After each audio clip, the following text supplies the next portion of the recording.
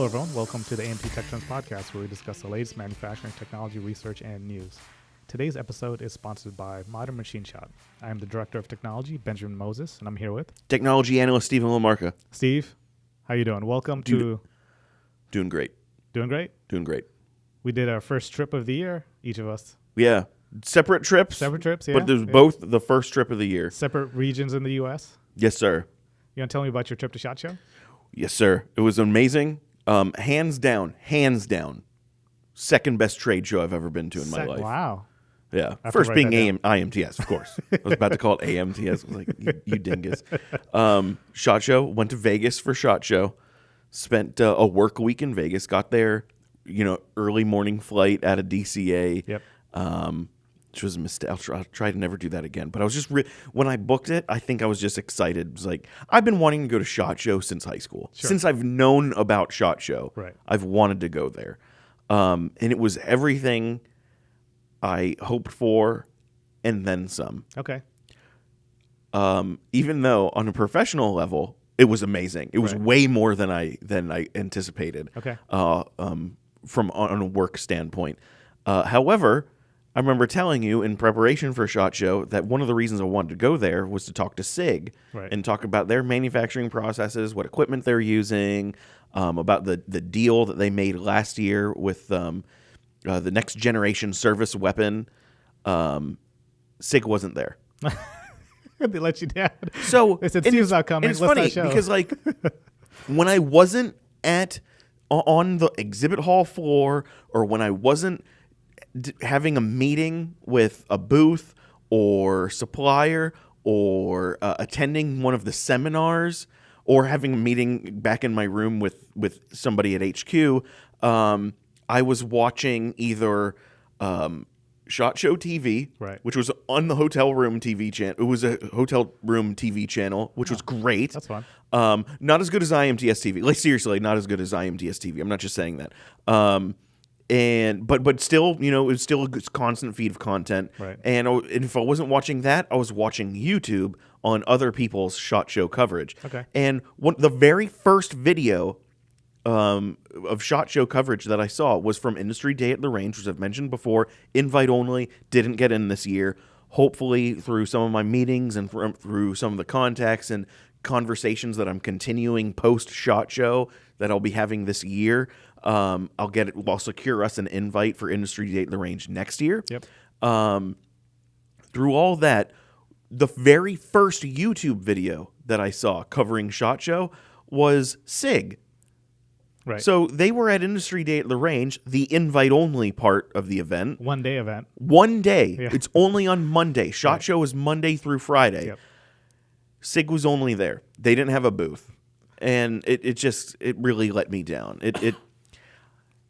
If it was any other trade show, minus IMTS, it would have totally put a damper on the show, and it would totally have killed the mood. But one thing that almost killed the mood, but I didn't let it, the Thursday before SHOT Show, I started feeling like a headache. Right. I had a headache, but it was a strange headache. I thought it was like a cluster headache. Yep. And it was like right under my right eye. Yeah. And it was just like a pressure. So I was like, this is a pressure headache, sinus headache, something like that. Let's just pop some Excedrin, go to bed, and it'll be gone. Yep. And felt fine. Woke up that Friday, felt okay, and then it came back. Oh no! And I was like, all right, let's take more Excedrin. Right. And it just stayed through the entire weekend. And I was constantly medicating, and I was like, all right, you know what? As I'm packing for SHOT Show, I'm like, let's throw in some headache medication. Let's throw in some Sudafed, because that also helps with headaches. Also, it's in Vegas, so there's probably going to be some alcohol consumed. As I get older, the more and more sensitive I get to alcohol, and having one drink or even a sip of beer gets me stuffed up right away. So it's probably a good idea to pack some Sudafed. Anyway, show goes on. I'm having a great time. Still got this headache. Headache gets worse and worse and worse. And Wednesday, it was almost like crippling, like how bad it was. And then I realized I'm looking stuff up online, which is the worst thing you can possibly do. But it actually worked this time. Okay. And because like it was like feeling like I had a toothache too. It was getting Right. that bad. It was coming down into my jaw. WebMD would have told you had cancer. Yeah, WebMD would be like, go to the ER now. You're going to die. But deduced, and even Google said that this is self-diagnosable. Like Okay. most things, you're not supposed to diagnose yourself. Sure. But Google or WebMD or Mayo Clinic, whichever one that Google sent me to, was like, yeah, you can self-diagnose for this. You have a sinus infection. Oh. So I figured, okay, let me just go down to the nearest pharmacy. Fortunately, in the Venetian, which is where I stayed, they had a pharmacy vending machine. Coolest thing, of course, Vegas, because like, you know, you can get escorts, you can go to a dispensary, like all that stuff's pretty much legal there. Right. You know, why not have prescription drugs too? Why not? Just go down to the lobby. There's a vending machine with prescription drugs in it. Wow. You know, no antibiotics, no serious like I'm talking.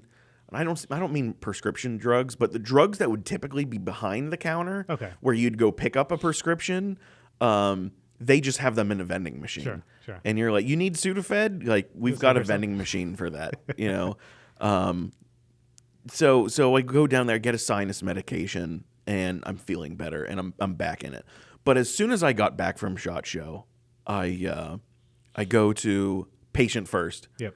Just go to the doctor. Guys, I don't feel like calling my doctor, setting something up. Oh, yeah, we can see you next month. Forget that. Go to patient first. I also didn't do this in Vegas because who packs their HSA card Wow. to bring to Vegas? You know, Yeah. I never thought of that. I never thought, I'm going to go on this business trip. I'm going to get sick, even though it definitely happens. People get sick Yeah, on business trips. That's my second biggest fear while traveling is getting sick while traveling and being like in a hospital And somewhere. it is, man, that's scary. That happened to Grand Thumb. We can get into that later. He ate like a spicy meatball, and he was hospitalized. So there's like a bingo card for spotting gun tubers at SHOT Show. Sure. Nobody got Grand Thumb because he was in the sick. hospital. Anyway, so I get back I go to patient first, and I tell the doc, I'm pretty sure I got a sinus infection. Right. Like I looked up, I haven't had. He's like, when was the last time you had a sinus infection? It was like probably when I was like in my teens. Like it's been forever since I've had a sinus infection, but this isn't going away. Yeah. I can pinpoint exactly where it's coming from. It's not coming from my teeth, so it's not like a tooth or gum infection. They're in pain, but it's only because the pain is spreading. But it started right below my right eye. Yep. And so that's like where, you know, a sinus canal is or something like that. And he's like, all right, sounds like you have a sinus infection. Where were you? And it was like, I was in Vegas. I was at a work trip in Vegas last week. It was like, oh, His tone changed quick. I'm gonna prescribe you Augmentin. And I was like, what is that?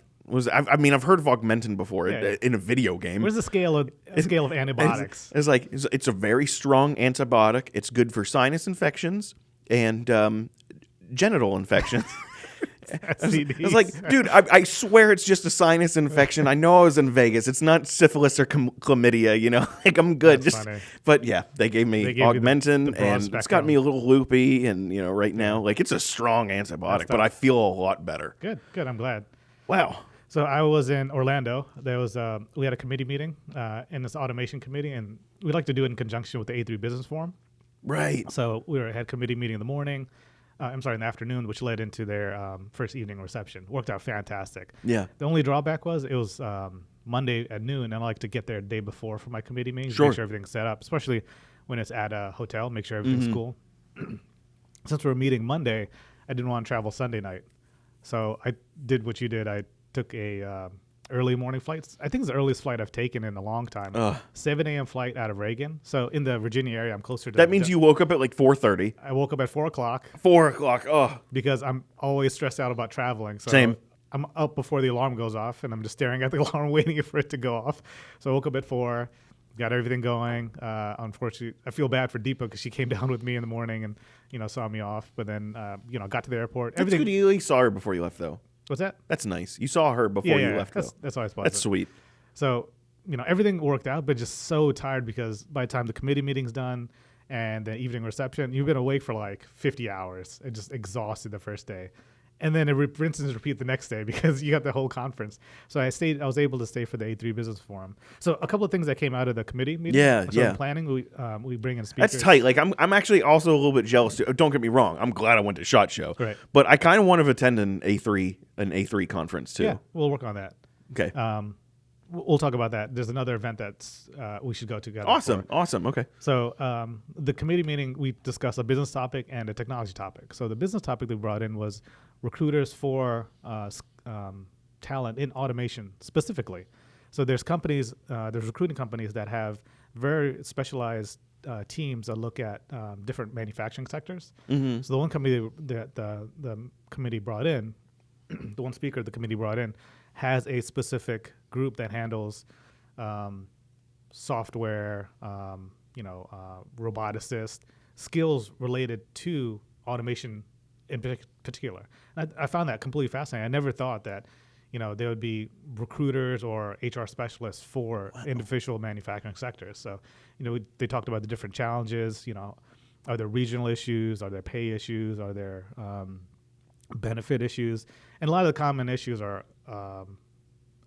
what other industries are facing also. So if they're a designer or if they're an engineer, there's the challenge of working from home or like the fringe benefits. Are they hiring someone new? Are they hiring someone more experienced? Are they looking for sales people? So it was a very interesting look at, the challenges that our committee members are facing on the workforce. Yeah. And the recruiters are able to, basically talk through that. Yes, these are challenges that are faced across the world. And actually one of the speakers at the business forum talked about that too, is that, there's a full life cycle for your human capital, talking from recruiting, hiring, retention, and then post. There's a whole change in priorities as that person goes through. Right. Someone early in their career, they could be more interested in compensation, where, someone later in their career, they could be more interested in flexibility, like myself, Yes. trying to raise a family. Yeah. It's a challenge nowadays. So that's an interesting conversation for later on we can get into. So that was a very interesting conversation. The first half of the meeting. The second half, we brought in a company called Real Time Robotics. They're a startup company. Okay. And the reason we brought them in was they're looking at automating programming for robotics. So it's basically streamlining the process of getting to a path for a robot. And they specifically work for robots. Oh, that's sick. Not an entire automation cell, but so they look at a robotic cell. So like how to help you implement a robot into your system. Exactly. So they have a software where you design your whole system with whatever software you have, but they have kinematics for specific robots, and they have just about every single robot that you can. That's cool. You take out the model of your robot, put in theirs in their software, and then you can begin the automation process of basically defining points to say go here. That's really go there. Really cool. So that's the first side of it. The second side is they do almost real-time programming or real-time commands to the robot itself. So instead of saying, robot, here are the 20 next paths, robot, here's the next path. The reason they bring that up is they do real-time collision detection, real-time collision prevention, let's call it that. So what they're doing is, say there's two robots in a cell, they're doing something called voxel reservation. Voxel. Okay, so a three-dimensional pixel. Yeah, correct. Is what a voxel is. Correct. Reservation. What do you mean reserving a three-dimensional pixel? So the robot knows where it is now, and where it wants to go. So to reserve that space, so the next robot does not potentially collide. Whoa. So there's another company we saw when we talked about them too at IMTS, VO Robotics, where they're doing something similar where they're using different sensors to see where that robot is right now, and what are all the potential paths from there, and it reserves all those paths, so it detects humans from going into that space. And this is a very similar application where they have the current robot state, what are the future states, and it reserves that space so it prevents collision. That's okay. This is wild because just back in September, we thought VO Robotics was like so far ahead because they were like, yeah, once this human gets close, we're going to keep this industrial arm swinging around at full speed. But once it gets close, once it gets within range, that's when we slow it down or stop it. Yep. With voxel reservation, it could be like, keep it moving at full speed. Just once the human starts taking up space, we have it work around the human. Yep. Imagine if VO did that. Like, that's wild. That is wild. There's a lot of opportunity there. And to be honest, Steve, I kind of drifted from what I initially You're right. planned, We dove right into this. Let's come back to that. Let's talk about our sponsor. Tell us about our sponsor. Our new sponsor, Modern Machine Shop's Made in the USA podcast. Tune in for Modern Machine Shop's Made in the USA podcast to explore manufacturing issues faced by companies making an intentional choice to manufacture in the U.S. Featuring commentary from OEM leaders, Made in the USA blends its nearly century-long expertise with unique audio storytelling experience to shine a spotlight on the past, present, and future of American manufacturing. Threw me off because there was no Oxford comma. Find Made in the USA on Apple Podcasts, Spotify, and all major podcast platforms. Follow Modern Machine Shop on Twitter, Facebook, and LinkedIn. Okay, brand new sponsor. Of course, I was going to totally duff that one. We'll get into the pace of them. We'll figure it out. So getting Nice. back, I'm excited about that, though. that is a great podcast. Definitely recommend it. So getting back to what we were talking about earlier. So let's talk about technologies that we saw at SHOT Show. Yes. Tell me more about, first give me an overview. What is SHOT Show? And then how does that play in the manufacturing sector? So for like the third or fourth podcast now, SHOT Show is a firearms industry trade show. It's like the biggest. If you're into guns, you know what SHOT Show is, and it's kind of a big deal. Like I said, it's been like a dream trade show of me to attend SHOT Show since high school. Since I've known about SHOT Show, I just, in high school, I didn't know what industry I was going to work in. I didn't know who I was going to work for and if I'd ever be able to go there. Long story short, I work in the manufacturing industry now, and I went to SHOT Show for media and press coverage of what's new in the firearms industry for the reason of the firearms industry in manufacturing new firearms technology is industry adjacent to the manufacturing industry, right. Meaning the manufacturing industry supplements all of the technology that is used to make the new stuff in SHOT Show. Right. So thus, I can attend almost virtually any trade show that I want to. Why not SHOT Show? It's at the beginning of the year. Let's do it. Yeah. Went to CES in 2020. That was a hot mess. Fun show, but hot mess. SHOT Show, way better in terms of organization and being able to narrow down. Like there's not as much scope creep. Like you can focus on a particular thing, and that's why I went. I wanted to see what manufacturers were doing with the advancements made recently in manufacturing technology and how they were applying said advancements to their product ranges. Yep. And just to also give the landscape, right? It's the end product in terms of firearms. Right. But they do have a very strong and very visible space for manufacturing technologies and use manufacturers. Yeah. So it's the full spectrum that we see from manufacturing to end product. And it was very interesting to see, you're looking at a firearm or a component and you're trying to figure out, was it additively made or how did they manufacture that? And then you could literally walk somewhere else and ask someone that. Exactly. And speaking on behalf of additive, one of the biggest problems that additive is running into trying to integrate itself into the rest of the manufacturing landscape is design for additive manufacturing. Right. And there are some things that manufacturers of any product want that were virtually impossible to produce in that sector until additive manufacturing came out. Right. And additive manufacturing, naturally, as an industry, they are looking to find these pockets. And one of the best places to look first is the defense industry. Right. Because if you can get a defense contract, you probably have viability for your technology. And to be honest, I see that across other sectors, right? So the applications in firearms is more suppressors style for additive.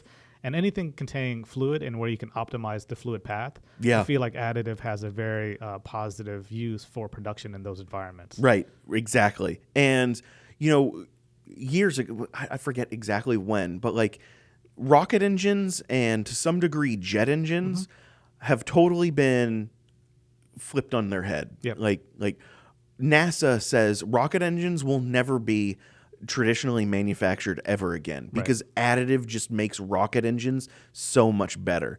And jet engines are starting to go that way too. Yep. But one cool thing is, I remember when I started at AMT, I showed you and our colleague at the time, Russ, a YouTube video of a suppressor company called OSS, Operator Suppressors something or other. I'm not sure it means the same thing anymore, but the company still exists and they still make suppressors the same way, which is an unorthodox way. Typically, suppressors are made in utilizing a baffle type layout.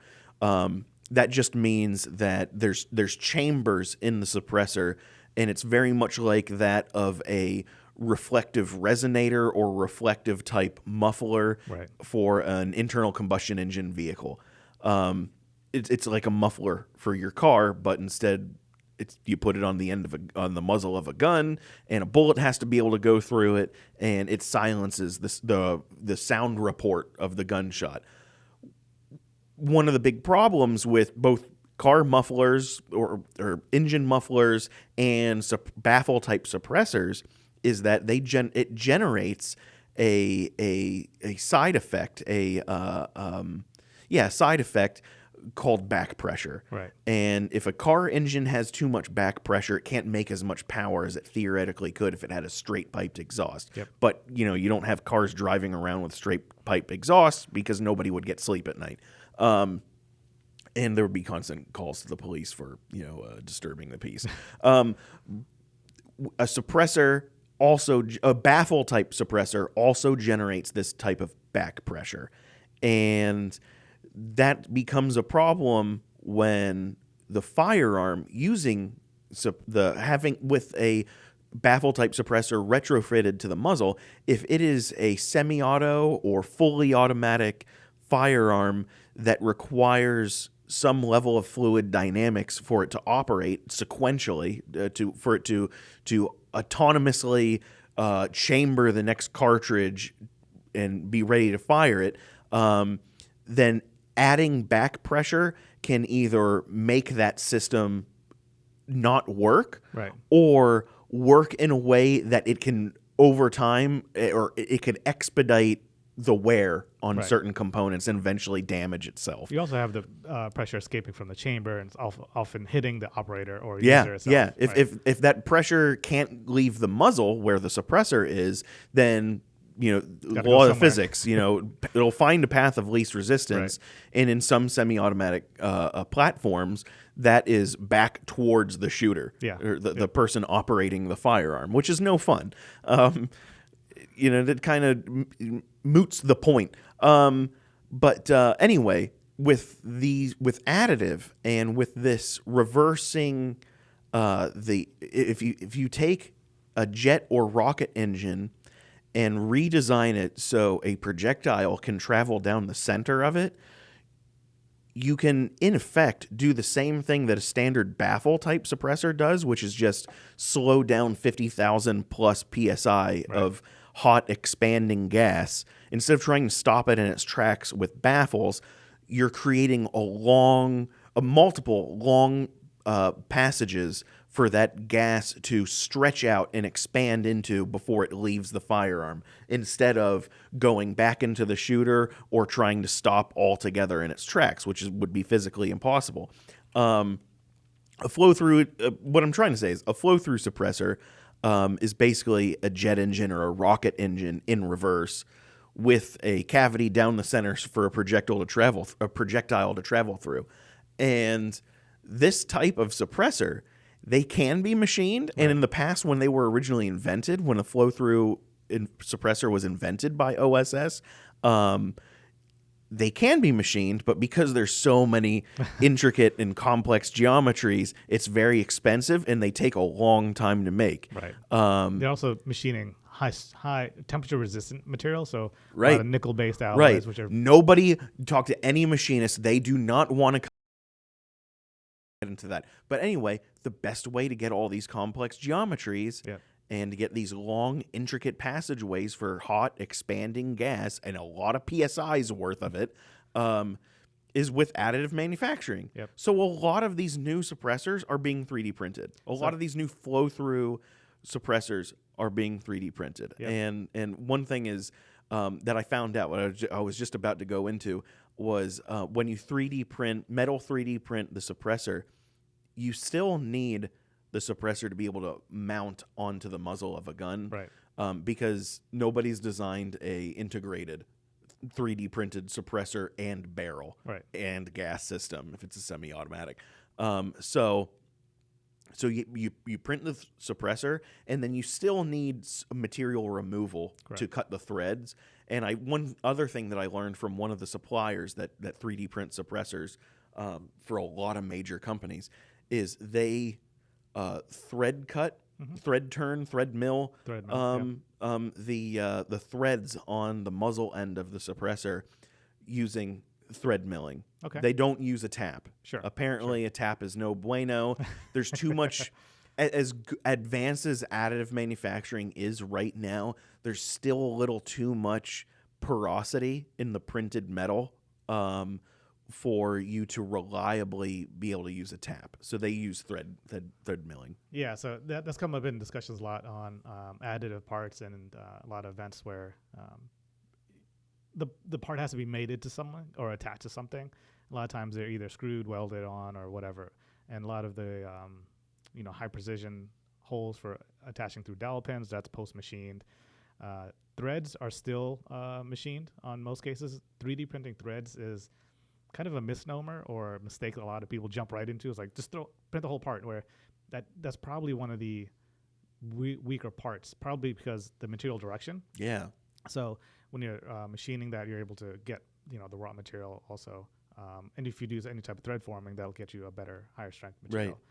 Right. And of course, like in this case, since they're doing probably Inconel, probably 625 or something like that. Titanium, stainless steel, and Inconel. Yep. The one manufacturer that I was talking to, supplier, that was manufacturing the suppressor for a lot of the major OEMs, was saying that they will, but they're going to charge you extra because they don't like to print with Inconel. Okay. And it is a possibility. The Sure. machines are very good at it. Right. I got insight as to which machines, which metal 3D printers are the heavy lifters in the firearms industry, and it's really cool because they happen to be a sponsor of the show, but I won't get into that. They don't like to. Yeah. They don't like to print Inconel. And even though it's printing, it's way easier than cutting it, know, so. And that's a good point. I never really thought about tapping versus thread milling. And I certainly had. Yeah. I was blown away when he told me that. Cool. So also you mentioned something on materials at SHOT Show and new materials that they're using. Obviously you're talking about additive, and additive is a huge way to go for materials, but are there any other like new materials you're seeing in firearms? Not okay. So I'm thinking they're not new to us. Okay.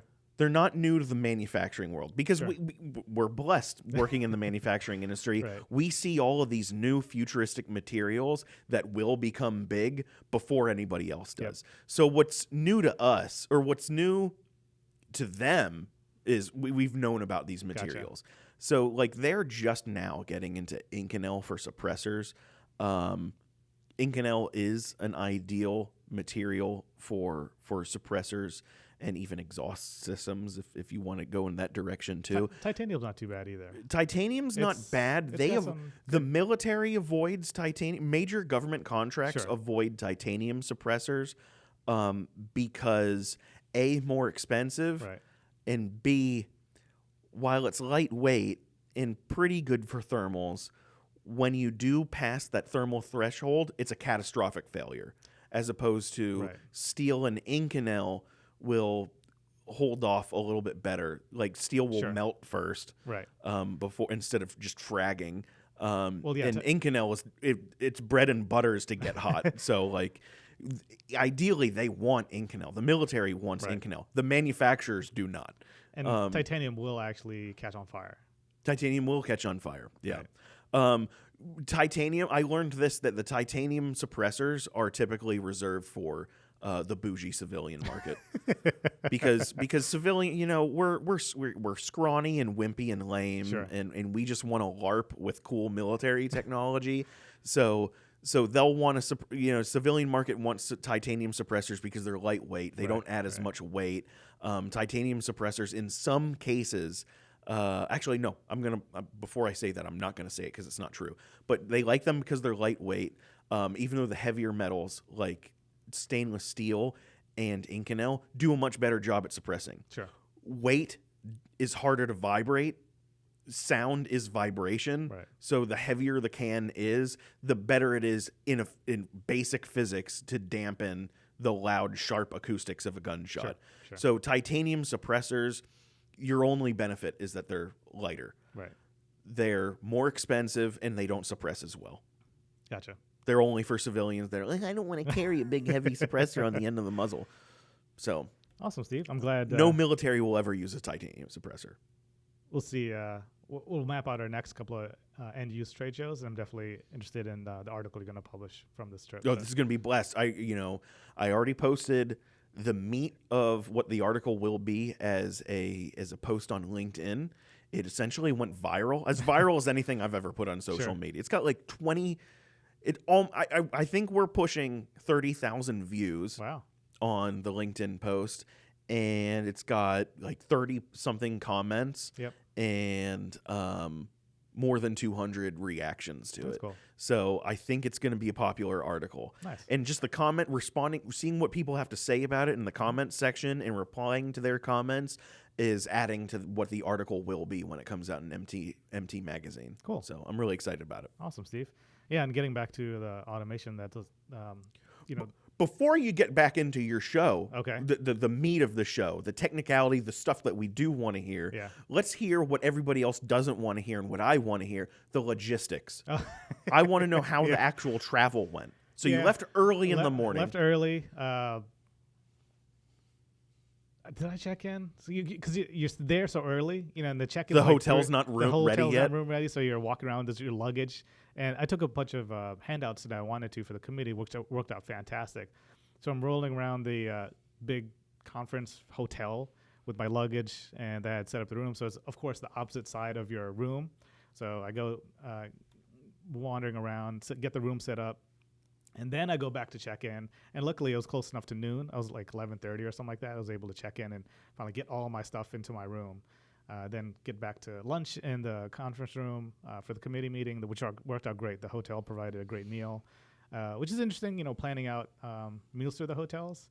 Number of people, and then they have themes. So it's a Mediterranean theme. I was like, let's do this. This is gonna be fun.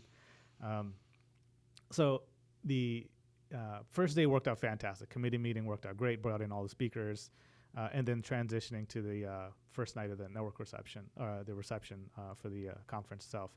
But then it was interesting. Like yourself, I had some work to do during the event. So some of it was offline. I had to deliver I delivered the tech report last week. Yeah. Thank you for doing that. Yeah, that was fun. And I think this type of meeting, it's kind of a fun / networking / content focused meeting. This is the best type of show. So in between speakers, there was a fair amount of downtime and after lunch. So I used that time to work on stuff. And since we're in Orlando, I was like, well, why should I work in my room? I just took my laptop, worked by the pool, enjoyed the sun. I'm in my full suit, of course, because I'm going back and forth. So I'm in my suit, which worked out well. If you don't travel to Orlando in January often, it's cold. It's chilly at night. So one other thing I completely messed up is I try and incorporate some exercise when I travel. So there was a 5K, which I signed up for. It worked out great. God bless you, man. I'm in the lobby at 6 o'clock in the morning. It's still dark. You're wild. I have my shorts, and one of those dry fit t-shirts. Yeah. It's 42 degrees outside. Wild boy. I didn't bring any of my cold equipment, which I should have. I didn't bring my fanny pack to put my card in and my phone in, so I was completely unprepared. I blame last minute preparation because I packed at midnight on Sunday for my 7 a.m. flight. So planning and preparation for a Monday flight kind of messed me up. Oh my God. I forgot to tell you something else that I screwed up. Yeah. So, all right, I did last minute preparation for SHOT Show as well. And I lay everything out on the bed Yep. Before I put it in the suitcase. And Because usually as I'm packing, I'm also doing laundry too, because there's stuff that I'm short on. Right. And only because like I'm running out of time. And of course I stayed up late the night before traveling, Of course. gaming with the boys. I shove everything in the suitcase, and think that I was fully packed. Yeah. I nearly brought everything that I needed, but I only packed 2 pairs of underwear instead of the needed 5. So I was like, man, Oh man. the last time I did that was like our first business trip together to Pennsylvania when we went through the export control regulations workshop. Yeah. So to Pittsburgh. That was fun. Yeah. that was a good time. Oh yeah, Pittsburgh. That's right. So yeah, I think so. One thing you see on the desk here is 2 sheets of paper. One is my notes. The other one is our actually setup checklist. So setting up this booth, setting up this studio, there's a checklist I run through every single time we do this. I think I have to make a packing checklist, Steve. This is the second trip I screwed up in packing. That's smart though. Also, so not only do I try. I plan for it. So I bring the exercise equipment, but also I'd like to play video games. So I have a laptop, my personal laptop. I have my game stuff on. I brought the laptop. I did not bring the charger for the laptop. Steve, you have no idea how painful it is to take another 5-pound. I have 2 laptops with me, but I couldn't use it. So I was so frustrated with myself. Oh, okay. That is pain. That was so painful. That is pain. Like I try to avoid bringing chargers. I pleasantly found out that my phone, which is a Google Pixel, has, a USB-C fast charger. Yep.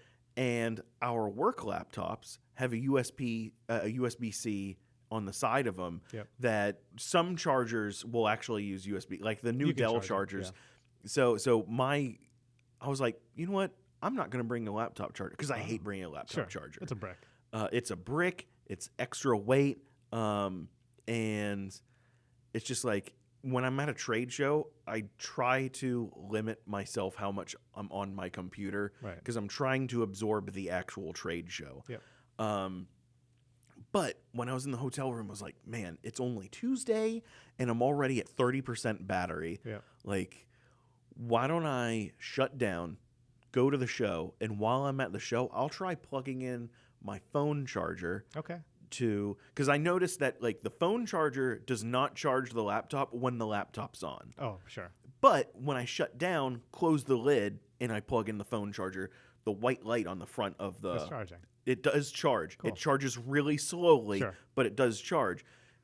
Found out that in a day, I'll get at least 50% power. Wow. So it's perfect. I don't need to charge. Yeah, it worked out well for me, but it does suck when you're out of batteries on something and you just have that dead weight. It's like, why? I'm gonna why? Hopefully there's like a UPS or FedEx store because I'm gonna ship it back. I don't want to carry it in my bag. But on the way back, so worked there for a couple of days, and then I flew back on a Wednesday or whatever, and I took a late flight just to make sure I get all the content. I knew I would have calls also, so I scheduled from the event finishing at like noon, get some lunch, do a couple of calls, and then get to the airport by like 4. I think it's like 4 o'clock flight or something like that. Of course, checkout is like 11 or like 7 in the morning. It doesn't make any sense. So I asked for a late checkout. Luckily, it was a Hilton. I got some points. It says, yeah, you get noon. Thanks for the extra hour. Can I get 2 o'clock? They said, no, but you can charge $25 per hour. So that's one thing that keep in mind, that if you ask for a super late checkout, like a 2 p.m., all they'll do is charge you an extra $50, and it's worth getting that room. Because after my meetings and I went back to the room, did a couple of calls, and I just changed in my hotel and then left. So that's something to keep in your back pocket. I have not run into that yet. Yeah, I recommend Now, I've run into places being like, it's a 10 a.m. checkout. Right. It was like, can I get a later checkout? And then it'd be like, we can do 11. And it was like, can I do a later checkout than that? It was like, we can do 12. Yeah. It's like, how's 1? And they're like, all right, we can do 1 p.m. for you. It's like a negotiation every single time. It is like a negotiation. It's like, all right, for Vegas, it makes sense because those hotels are massive and they fill them up. Yeah. And they're constantly trading trade shows. Right. Like when one trade show moves out, another one's moving in. Vegas is a well-oiled machine, that fake oasis in the middle of a Nevada desert.